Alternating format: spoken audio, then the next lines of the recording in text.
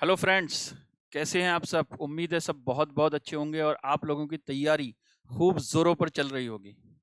So last moment पर मैं आप लोगों के लिए कुछ छोटे से छोटे टिप्स लेकर आया हूं, कुछ छोटे छोटे टिप्स। तो थोड़ा सा जरूर जरूर टाइम निकालकर, 10 मिनट का टाइम निकालकर इस वीडियो को जरूर देख लेना। ये आपके लिए बहुत बेनिफिशियल होगा एग्जाम के लिए। ठीक है। तो जैसे आप टाइटल से ही देख रहे होगे, how to attempt paper of advance accounting. तो एडवांस अकाउंटिंग के पेपर को कैसे अटेम्प्ट करना है, तो उसके बारे में मैं थोड़ा सा आपको छोटे छोटे टिप्स देना चाहता हूँ। ठीक है। तो इन टिप्स को अगर आप ध्यान रखोगे तो थोड़ा सा आपके लिए बेनिफिट हो सकता है। सबसे पहली बात, देखो कुछ चीजें पहले बता दूं आपको, क्या क्या चीजें कैरी करनी है एग्जाम में। तो क्या क्या चीजें कैरी करनी है वो देख लो एक बार। तो क्या क्या कैरी करना है, सबसे पहले तो आपको 4 से 5 ब्लैक पेन, 4 से 5 ब्लैक पेन ये आपको लाकर रख लेने हैं और एग्जाम में लेकर जाने हैं सबके सब। यानी 4 5 ब्लैक पेन आपको लेकर जाने हैं। ठीक है, ब्लैक पेन। 2 कैलकुलेटर, कम से कम 2 कैलकुलेटर लेकर जाएं। क्योंकि देखिए कैलकुलेटर क्या है, एक मशीनरी है। अगर वहां पर खराब हो गई तो आपको कोई दूसरा बंदा कैलकुलेटर देने वाला नहीं है। तो इसलिए आप अपने दो कम से कम कैलकुलेटर लेकर जाएं। ठीक। स्केल को लेकर जाएं, अपना वाटर बॉटल लेकर जाएं। बार बार पानी मांगने की जरूरत ना पड़े आपको। अगर प्यास लगेगी तो पानी, अपना बॉटल आपके पास होगा तो अपनी बॉटल लेकर जाएं पानी की। ठीक है। और घड़ी लेकर जाएं, भूल ना जाएं। ये पांचों चीजें आपको जरूर जरूर अरेंज कर लेनी चाहिए और उसे एग्जाम में अपने साथ लेकर जाना चाहिए। क्या, 4 से 5 ब्लैक पेन, 2 कैलकुलेटर, ठीक है, स्केल, वाटर बॉटल और वॉच। ये आपको इतनी चीजें लेकर जानी है। ठीक है। और कम से कम 1 घंटा पहले जरूर पहुंचे, 1 घंटा पहले जरूर पहुंचे एग्जाम सेंटर पर। आधा घंटा पहले तो एंट्री हो जाती है। ठीक है। तो आधा घंटा पहले जरूर सेंटर पर पहुंचे, क्योंकि कभी पहला दिन होता है तो सेंटर में ढूंढने में भी दिक्कत हो सकती है। ठीक। तो इसलिए 1 घंटा के मार्जिन लेकर चलें कि इस तरह पहुंचे कि 1 घंटा पहले हम सेंटर पर पहुंच जाएं। तो ये तो कुछ बातें थी जो आपको अपने साथ कैरी करनी है और ध्यान रखना है कि 1 घंटा पहले सेंटर पर पहुंचना है। अब आते हैं कि पेपर को कैसे आपको अप्रोच करना है, कैसे अटेम्प्ट करना है। सबसे पहले जो आपको 15 मिनट पहले पेपर मिल जाता है ना, उस 15 मिनट में उस पूरे के पूरे पेपर को अच्छी तरह से पढ़ लें। ठीक है, पूरे के पूरे पेपर को अच्छी तरह से पढ़ लें और किस ऑर्डर में आपको क्वेश्चंस को सॉल्व करना है उसको मार्क कर लें। मतलब आपको पहले कौन सा क्वेश्चन करना है, फिर कौन सा क्वेश्चन करना है, फिर कौन सा क्वेश्चन करना है, उसको ऑर्डर बना लीजिए। ठीक है। इससे बाद में जाकर आपको टाइम में सेविंग होगी। मतलब बाद में जाकर आपको टेंशन नहीं रहेगी। तो पहले ही, अगर मान लीजिए 15 मिनट आपको कम पड़ रहे हैं तो 5 10 मिनट और लगा लो, लेकिन पेपर को अच्छे से पढ़ लो और ऑर्डर बना लो। पहले कौन सा क्वेश्चन करने वाले हो, फिर दूसरा कौन सा क्वेश्चन करने वाले हो, फिर तीसरा कौन सा क्वेश्चन करने वाले हो।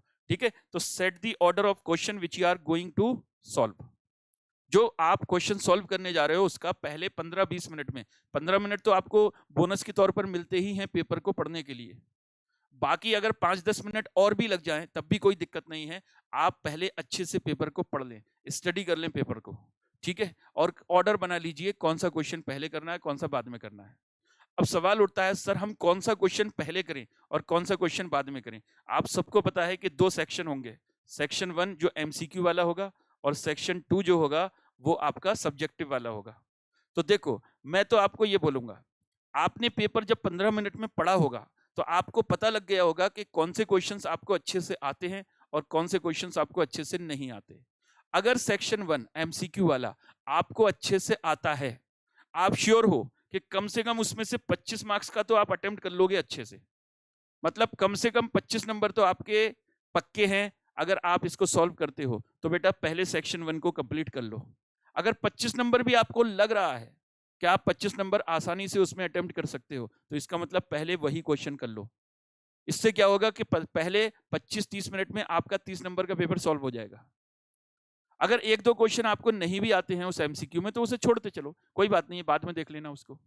लेकिन अगर मैं आपको बोल रहा हूं फिर भी कि अगर 25 नंबर का भी, यानी अगर 80 to 90% भी अगर आपको पहला सेक्शन आता है तो पहले उसी को अटेम्प्ट करें।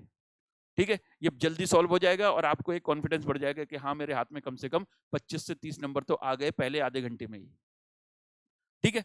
दूसरी, फिर उसके बाद सब्जेक्टिव पेपर स्टार्ट करेंगे।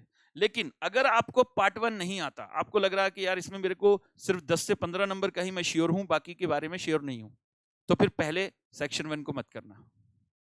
फिर आप सब्जेक्टिव पार्ट से पहले शुरू करना, और सब्जेक्टिव पार्ट जब आप शुरू करोगे तो उसमें भी 14 नंबर का जो क्वेश्चन आएगा ना, 14 नंबर का एक तो फाइनेंशियल स्टेटमेंट का क्वेश्चन आ सकता है, अमालगमेशन का क्वेश्चन आ सकता है, होल्डिंग का क्वेश्चन आ सकता है, इंटरनल रिकंस्ट्रक्शन का भी क्वेश्चन आ सकता है। यही 4 चैप्टर हैं जहां से 14 नंबर का क्वेश्चन बन सकता है। फाइनेंशियल स्टेटमेंट ऑफ कंपनी से बन सकता है, अमालगमेशन से बन सकता है, होल्डिंग का क्वेश्चन बन सकता है, और आपका इंटरनल रिकंस्ट्रक्शन का क्वेश्चन बन सकता है 14 नंबर का। पहला क्वेश्चन 14 नंबर का जो भी होगा, उस 14 नंबर वाले पूरे क्वेश्चन को पहले बिल्कुल मत पकड़ना, बिल्कुल भी मत पकड़ना। अगर आपको लगे कि मेरे लिए बहुत इजी लग रहा है, फिर भी मत पकड़ना। आपको इजी अपियर हो रहा होगा, लेकिन वो लेंदी होता है क्वेश्चन, और लेंदी होता है तो वो थोड़ा टाइम कंज्यूमिंग होता है। तो अगर आप पहली बार उसको करने के लिए बैठ गए तो वो टाइम कंज्यूमिंग होगा, आपका टाइम काफी ज्यादा कंज्यूम कर लेगा। इसलिए पहले उसको मत पकड़ना। पहले सब्जेक्टिव में छोटे छोटे क्वेश्चन उठाना जो आपको इजी लगते हो और छोटे छोटे हो, जैसे 5 नंबर 4 नंबर ऐसे क्वेश्चन। आप देखना आपके 14 नंबर में ऐसे क्वेश्चन होंगे, 5-5 नंबर का, 4 नंबर का ऐसे क्वेश्चन होंगे, 7 नंबर का हो सकता है, 8 नंबर 6 नंबर का हो सकता है। तो पहले ऐसे क्वेश्चन पकड़ना जो आपको अच्छे से आते हैं और कम नंबर के हैं। तो पहले उन क्वेश्चंस को पकड़ना। जब 30 से 40 नंबर का पेपर आप इस तरह अटेम्प्ट कर लो, तब आप 14 नंबर वाले क्वेश्चंस को उठाना। ठीक है, तब आप उसको आसानी से सॉल्व कर लोगे, यानी जो आपके लिए टाइम अलॉटेड है उस टाइम में आप लोग कर लोगे। ठीक है, तो देखो अगर मैंने यहाँ पर लिख दिया कि अगर पार्ट 1 एमसीक्यू वाला अगर आपको आता है, इवन 90% एक्यूरेसी भी अगर आपको लग रही है कि हाँ 90%, 80% भी मैं कहता हूँ, यानी अगर 24 25 26 क्वेश्चन भी आते हैं, तो आप पहले क्वेश्चन पहले सेक्शन 1 को अटेम्प्ट कर लो। लेकिन अगर आपको लग रहा है कि 10 से 15 नंबर ही क्वेश्चन आपको आ रहे हैं, बाकी के बारे में श्योर नहीं हो, तो पार्ट 1 को मत छूना, फिर पार्ट 2 में पहले जाना। ठीक है, सब्जेक्टिव से शुरू करना, और सब्जेक्टिव में भी पहले कौन से, part 2 start with question which are small and which you find easy, जो आपको लग रहा है इजी है। ठीक है, और जो कम कम नंबर के हैं पहले उनको कर लो, उसके बाद आप 14 नंबर का क्वेश्चन स्टार्ट करना। यानी मैंने लिख दिया never start with single question of 14 marks even if it seem easy. ये लॉट ऑफ टाइम आपका ले सकता है, जो एक्सपेक्टेड टाइम है ना वो आपका ले सकता है। एक्सपेक्टेड टाइम क्या है? एक्सपेक्टेड टाइम है कि कम से कम आपको 1-1.5 मिनट में 1 नंबर का क्वेश्चन करना है। अगर मान लो 10 नंबर का क्वेश्चन है तो 1.5 से आपको 15 मिनट में हो जाना चाहिए, ज्यादा में ज्यादा 18 मिनट, इससे ज्यादा आप अफोर्ड नहीं कर सकते, इससे ज्यादा आप अफोर्ड नहीं कर सकते। ठीक है, क्योंकि कभी सोचने में इधर उधर देखने में भी कुछ ना कुछ टाइम वेस्ट हो जाता है, 10-15 मिनट 20 मिनट तो ऐसे ही वेस्ट हो जाते हैं, नॉर्मल लॉस के तौर पर आप हटा दो। तो आपके पास कहने के लिए 180 मिनट है, लेकिन मैं मानकर चलता हूं 150 मिनट, तो 100 नंबर का पेपर आपको 150 मिनट में कंप्लीट करना है, तो 1.5 मिनट आपको पर मार्क मिला। तो अगर 10 नंबर का क्वेश्चन है तो 15 में होना चाहिए, 14 नंबर का क्वेश्चन है तो 1.5 के हिसाब से बताइए कितने मिनट में होना चाहिए? 22 मिनट में होना चाहिए। ठीक है जी, कितने, यानी 21 मिनट में होना चाहिए। मैं कहता हूं 21 से अगर 25 मिनट भी ले जाए तो कोई बात नहीं है, लेकिन ये 25 मिनट तभी लेगा जब आपका थोड़ा सा हाथ बैठ चुका होगा। अदरवाइज आपने पहले ही ये क्वेश्चन पकड़ लिया ना तो ये 35-40 मिनट ले जाएगा, आपके 10-15 मिनट एक्स्ट्रा ले जाएगा। तो इसलिए पहले इस क्वेश्चन को मत पकड़ना, चाहे इजी भी लगता हो ना फिर भी बाद में करना इस क्वेश्चन को। और शुरू से ही पेस बनाकर चलना अपना, maintain pace from the very beginning, ताकि आप 3 घंटे में अपना पेपर को सॉल्व कर सको। और try to attempt 100 marks paper, paper पूरा कंप्लीट करने की कोशिश करें। ठीक है, अगर एमसीक्यू वाला पार्ट अगर आपको अच्छे से नहीं आता तो आप बाद में करें, और अटेम्प्ट करके जरूर आए, एमसीक्यू वाला पार्ट अटेम्प्ट करके जरूर आए, माइनस मार्किंग नहीं है।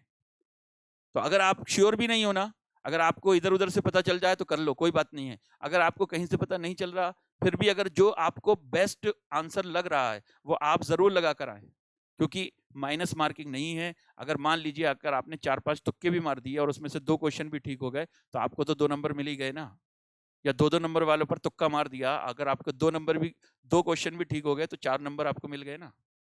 तो इसलिए अटेम्प्ट जरूर कर आए। ठीक है, तो चलिए, थैंक यू वेरी मच। आपके पास जो 1 दिन बचा हुआ है इसको अच्छे से यूटिलाइज करें, और बिल्कुल भी घबराने की जरूरत नहीं है, पैनिक होने की जरूरत नहीं है। अच्छे से बिल्कुल नॉर्मल रहे, अच्छी स्लीप लें, नॉर्मल रहे। ठीक है, इसके अलावा प्रॉपर तरीके से पेपर को अटेम्प्ट करें, बिल्कुल भी पैनिक होने की जरूरत नहीं है। एग्जाम सेंटर पर टाइम से पहुंचे और अच्छे से पेपर को हैंडल करें, बिल्कुल अपनी नफ्स को कंट्रोल में रखना है। घबराना बिल्कुल नहीं है। अगर जब आप पेपर पढ़ना शुरू करोगे ना, तो हो सकता है कुछ क्वेश्चंस आपको अटपटे लगे, समझ में ना आए, कोई बात नहीं। एक बार पढ़ो, 2 बार पढ़ो, 3 बार पढ़ो, आपको जरूर पक्का वो क्वेश्चन समझ में आने लगेंगे। ऐसा नहीं होता। मानकर चलो कि 90% पेपर इजी आने वाला है। अगर कुछ इधर उधर से हुआ तो 10 नंबर का पेपर ऐसा हो सकता है कि जो थोड़ा बहुत मुश्किल हो। अदरवाइज 90% पेपर आपको ऐसा मिलेगा जो विद इन योर लिमिट होगा, यानी जो आपने पढ़ाई की है उसके लिमिट में होगा, उसके बाहर नहीं होगा। So all the very very best. मुझे पूरी उम्मीद है कि आप लोग अच्छा पेपर देकर आओगे। ठीक है, वीडियो को लाइक करना, अपने दोस्तों के साथ सब्सक्राइब करना, और पेपर देने के बाद जरूर मेरे को बताना कि आपका पेपर कैसा हुआ। अपना फीडबैक जरूर देना। Thank you very much and all the very best.